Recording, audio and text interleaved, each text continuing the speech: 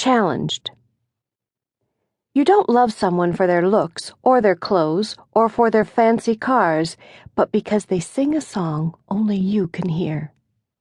Source unknown. I was 26, single, and I had just bought my first home. It was my very first grown-up purchase. After signing the final paperwork, I decided to stop and visit some friends before heading home to pack. My friend has never been one for formality, so when I arrived at her house, I let myself in. As I came around the corner into her living room, I was a little startled to see a man I had never met sitting on the couch. As I was introduced to Martin, I could not help but notice that his attire was horribly coordinated. I am no fashion diva by any means, but I had to wonder what this man was thinking when he left his house that morning. As we sat in the living room engaged in lively conversation, I noticed that Martin was saying very little. My mother had always taught me that talking over people was not only impolite, but very rude, so I tried to incorporate him into our conversation. No matter what I said to him, all I got was stammering and stuttering. Upon hearing him speak, I mistakenly assumed he was mildly developmentally challenged in some fashion. This would explain his speech difficulty and his clothing.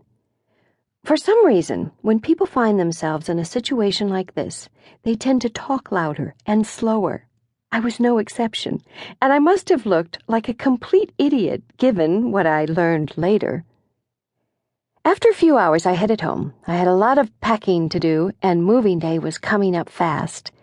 A few days later, I went shopping for some window blinds for my new home. Once I got there, I realized that my standard screwdriver was not going to do the job, so I headed over to my friend's house to see if I could borrow a cordless screwdriver or drill from her husband.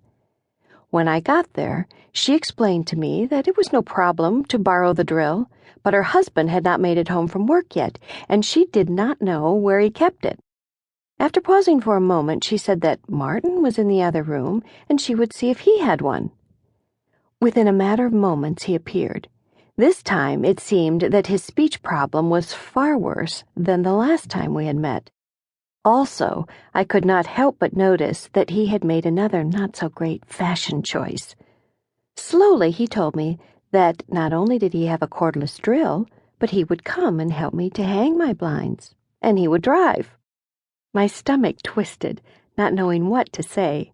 Although I firmly believed that a challenged individual should be given the same chances as anyone else, I was not sure of the degree of his disability. Could he handle this task? Could he drive? Should I trust him?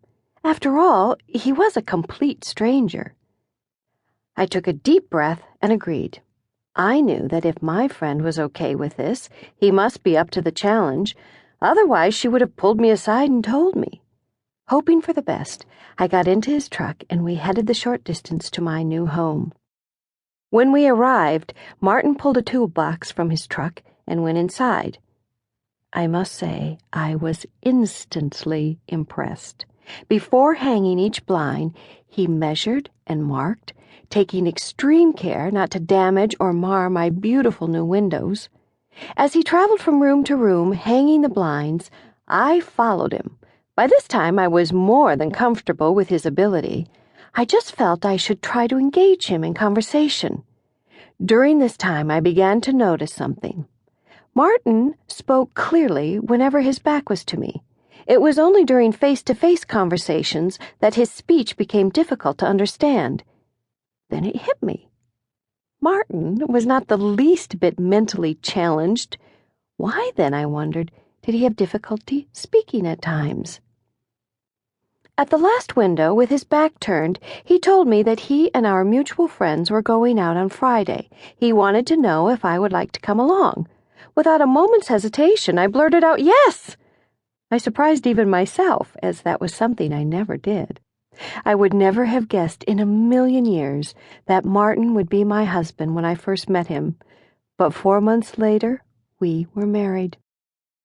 By the time we said "I do," the stammering and stuttering came far less often.